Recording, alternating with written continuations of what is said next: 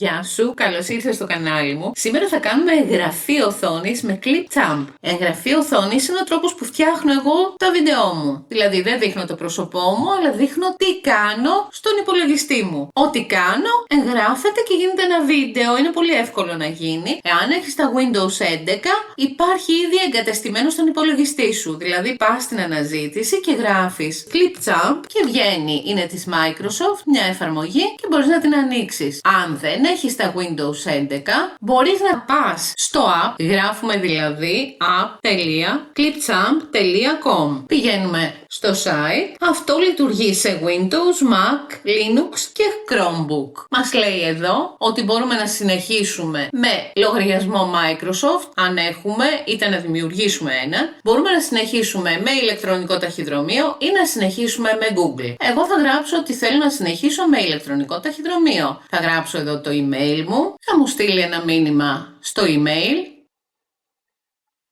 Πατάω sign in, χώρα είναι Ελλάδα, θα γράψω το όνομά μου, το επώνυμο είναι προαιρετικό. Εδώ θα γράψω ότι είμαι δημιουργός περιεχομένου. Τι είδος δημιουργός περιεχομένου είστε? Influencer? Όχι. Gamer? Όχι. Τι είμαι? Μου λέει εδώ αν θέλω να φτιάξω ένα καινούριο βίντεο, έναρξη από την αρχή, ή αν θέλω να φτιάξω με αλφα-i. Πατάμε δημιουργία νέου βίντεο, πατάμε εγγραφή και δημιουργία και εδώ μπορούμε να διαλέξουμε αν θέλουμε να έχουμε οθόνη και κάμερα, δηλαδή να γράφουμε την οθόνη μας αλλά να έχουμε και κάμερα που δείχνει εμάς. Εδώ μόνο κάμερα, εδώ μόνο οθόνη και εδώ μόνο αρχείο ήχου. Επιλέγουμε οθόνη όταν θέλουμε να κάνουμε εγγραφή οθόνη.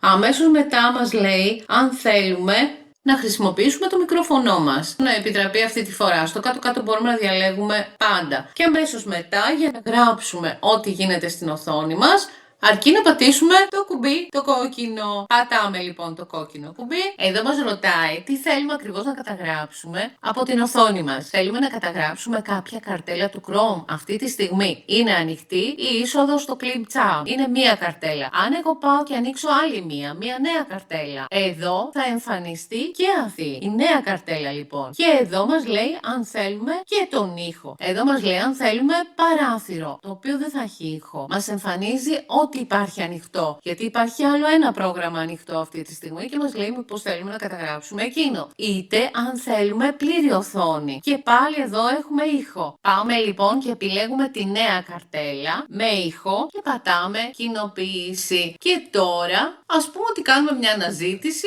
μια δωρεάν φωτογραφία. Μπαίνουμε στο Unsplash και γράφουμε εδώ βουνό χιονισμένο. Πατάμε Enter, βρίσκουμε κάποιο βουνό, κατεβάζω μια φωτογραφία και πατάω διακοπή κοινής χρήσης. Και τώρα ας πούμε κάνουμε μια αναζήτηση.